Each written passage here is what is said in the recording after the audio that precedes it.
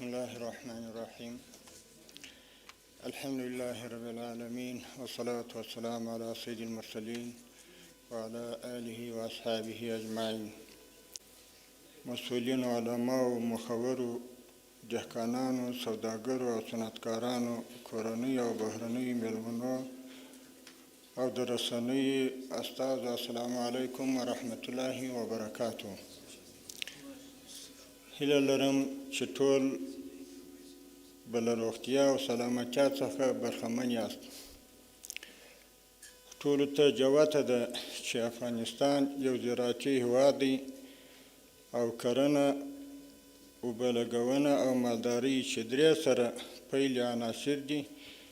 د یاد وزارت د احصایې پر اساس د هېواد له شاوخوا 88% نفوس سره مرسته کوي او زموږ د ډېرو هېوادوالو کسب هم دی. متاسفانه چې افغانستان لا د پخوا په څېر په زراعت او اوبو لګولو کې پر خپل پخواني سیستم روان دی او د پام وړ پرمختګ یا نوښت یې نه دی موندلی. همدا لامل دی چې زموږ د دهقانانو له کرنې څخه هومره محصولات په لاس نه راوړي څومره چې یې باید تر لاس راوړي وای. په داسې یو وخت کې چې د نړۍ شخړې اوبه محور کېدونکي دي، زموږ دهقانان لا هم د ابیارۍ له قدیمي طریقې څخه استفاده کوي چې نه یوازې دا چې د اوبو بېځایه مصرف او ضایع کېږي، بلکې کرنیز محصولات مو هم په پراخه کچه زیانمنوي.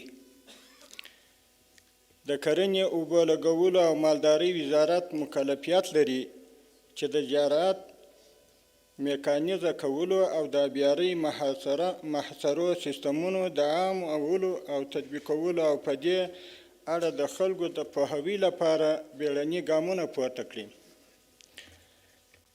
په اوس وخت کې چې افغان دهقانان کوم کرنیز محصولات په لاس راوړي، د هغو د جلب او سالم مدیریت لپاره هم په هېواد کې کافي وړتیا نه ده رامنځته شوې.